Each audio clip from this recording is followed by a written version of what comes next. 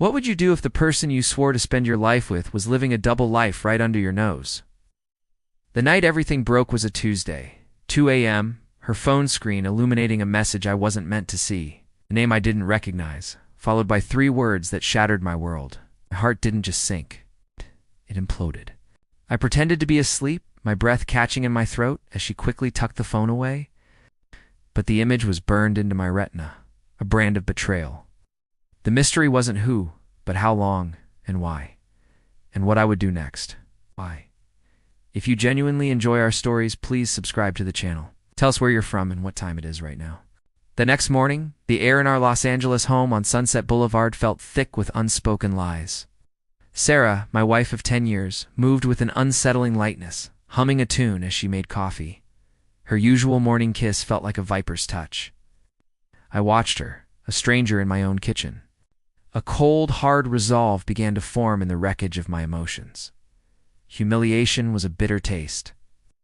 Every smile she gave, every casual touch, felt like a fresh stab. I started noticing things.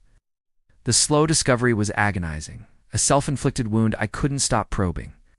I found a receipt for a high-end restaurant in Santa Monica, dated a night she claimed to be working late. Then, a burner phone, hidden in her gym bag, its screen filled with texts from Mark. Mark. Ass. The smug, arrogant face I'd seen once at a company picnic, now the architect of my pain. The messages were sickeningly intimate, detailing clandestine meetings at the Hotel Figueroa, whispered promises.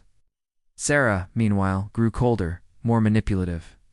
She'd snap at me for trivial things, accuse me of being distant.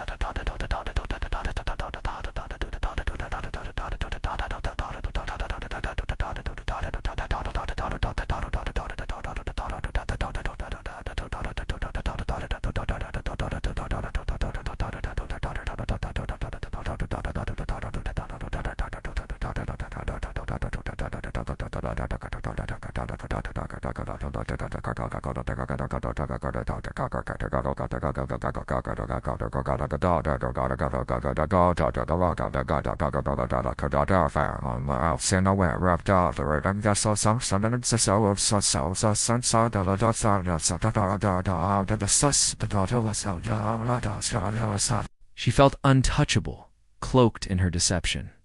I remember one night sitting alone in our living room, the city lights of LA twinkling outside like mocking stars.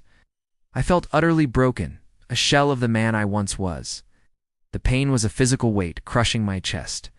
But beneath the despair, a flicker of something else ignited, a burning, strategic fury. I wouldn't confront her yet. I would play her game, but I would play it better. For 30 days, I wrote down every lie, every suspicious glance, every late return, every coded message, a meticulous ledger of her betrayal, stored in a hidden file on my laptop. I gathered proof, not just for my own sanity, but for the legal and social traps I was meticulously setting. I hired a private investigator, a discreet man named Frank, who operated out of a nondescript office, provided irrefutable evidence, photos of Sarah and Mark entering and leaving the Hotel Figueroa, video footage of them at a secluded cafe in Silver Lake, even recordings of their phone calls. I consulted with a divorce attorney, a sharp-witted woman named Ms. Davies, whose office overlooked downtown Chicago. She outlined the legal strategy, the financial implications, the public exposure. I ensured every detail was airtight, every loophole closed. I wanted her to lose everything just as I had lost everything. The day of reckoning arrived. It wasn't a dramatic confrontation in our home. It was in a courtroom in Dallas, Texas, where Sarah had flown for what she thought was a routine business trip. I had filed for divorce there, citing irreconcilable differences and presenting the mountain of evidence I had collected. The public exposure was brutal. The local news picked up on the story, painting Sarah as the deceitful wife, her carefully constructed image crumbling under the weight of truth. Her company swiftly terminated her. Her friends, once so loyal, distanced themselves, disgusted by her duplicity. Mark, the smug affair partner, vanished, leaving her to face the consequences alone. I watched from a distance as her world imploded. The arrogant facade shattered, replaced by a hollow-eyed despair. The legal battle was swift and decisive. The prenuptial agreement ensured she walked away with nothing but the clothes on her back and the shame of her actions. Our house, our assets, everything was mine.